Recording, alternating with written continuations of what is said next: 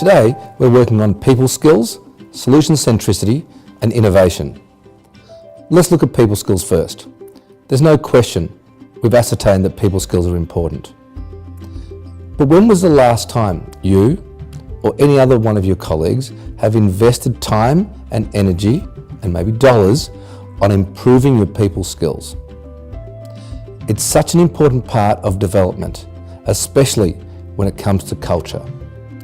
The quote goes when it comes to culture, that culture eats strategy for breakfast. So why don't we invest more into our culture and in their people skills? What exactly do we need to know when it comes to people skills, and especially when it comes to our team? We need to first of all invest time to understand people better. What must we find out? Their personal and business objectives, their own needs and drivers, and their personality type. Why should we do this? Because we need to build trust with people. A fundamental of a high-performing team is understanding and developing trust. Once we've got trust, we can take the next step, and that's use collaboration in the workplace. When we use collaboration in the workplace with great people skills, we will get exceptional outcomes. Solution centricity. Ever worked in a culture where it's not? It's disastrous. We need to make sure and endorse a solution-centric culture. How do we do this? Everyone talks about it, but how do we do it? So I'm going to give you a 4-step process on how to do this. In my opinion, there are always a negative magnet in every culture. Not ideal, but there's always one that everyone gravitates to have a whinge and complain. We need to find a theorem on how to help them and everyone else in our culture get better. Here's the 4 steps.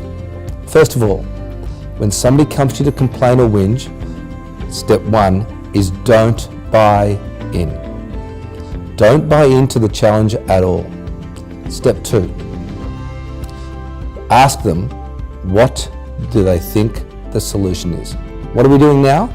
We're absolutely pointing the person straight towards a solution. Step 3, who should they speak to about this? Step 4, when are they going to do this? So fundamentally, if you follow those 4 steps, what you're doing is absolutely creating a solution-centric culture and avoiding the encouragement of negativity and complaining.